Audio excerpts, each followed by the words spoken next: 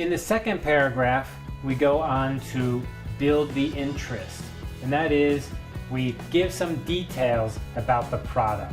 We introduce the product and some of the information.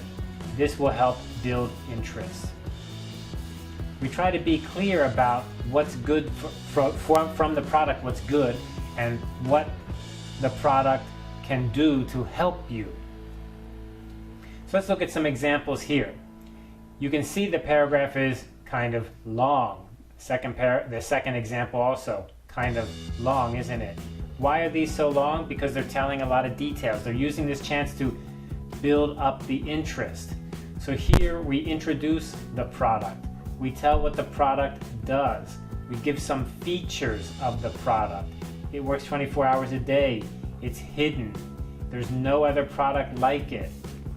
Here we have another example here, and we say this has something really special, and this thing has in-depth information. So these are the features, basically a list of features. And when you give the list of features, what you're doing is you're building the interest. So paragraph number 2 is tell the details of the product, try to stay interesting, and let the person feel, yeah, this is interesting. This is something that is good for me. Now, of course, if the product is not related to me at all, you can tell me the details, but I won't care, right? So that's part of the key of sales is you cannot sell something to someone if they're not interested at all, right? You know, I'm a man, you cannot sell a dress to me because I don't wear a dress, right? If you're a woman and I want to sell you a tie, it's not helpful that I tell you all the features of a tie because you're not going to buy if you don't wear a tie. So you cannot, do the impossible. But the idea is you send sales letters to businesses or to customers, consumers or businesses that already have a chance to buy or a chance to use your product. And so here, paragraph number 2, you do your best to tell the details of the product to build that interest. Okay, then we move on to paragraph number 3. And in paragraph number 3, we're going to encourage the receiver to buy, of course, to take action. Of course, the action should be to buy. So you need to tell them what do they need to do in order to buy. And you need to make it easy for them to respond or to get more information.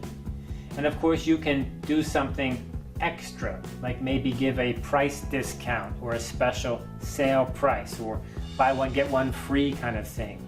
So here in paragraph 3, what we have is the define action and also the create the desire. That is, I'm interested now, I really want to spend my money, and tell me how to do it, C and D.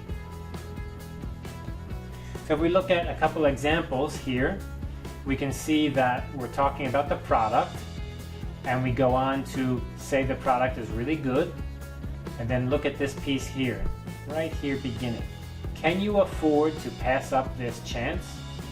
We are making it even harder to pass up by letting you in on a special introductory offer. If you send us the enclosed order form, we will cut the theft-proof system price by 25%. So there's the special offer. That special offer is helping to create desire. We cannot continue this incredible offer for long, so it's limited, right? Now inside the letter we may include some information, or inside the email we may include a button, like click here, right, to buy, or a link, an HTTP link maybe, and you can go to the website and buy there. So that is the D, define the action.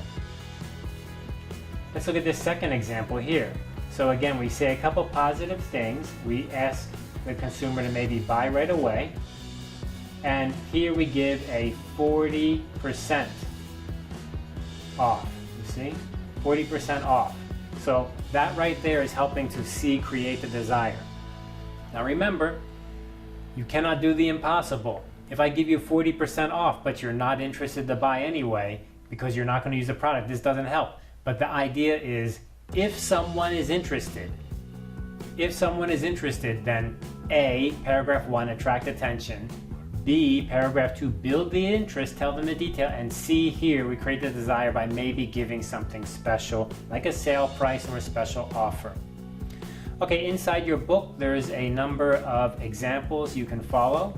And again, remember the letter format, right? Up here we have the heading. And then down here we have the opening. And then down here we have the body.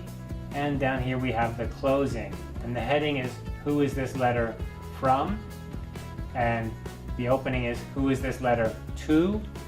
And the body is the information, of course, in this case, 3 paragraphs.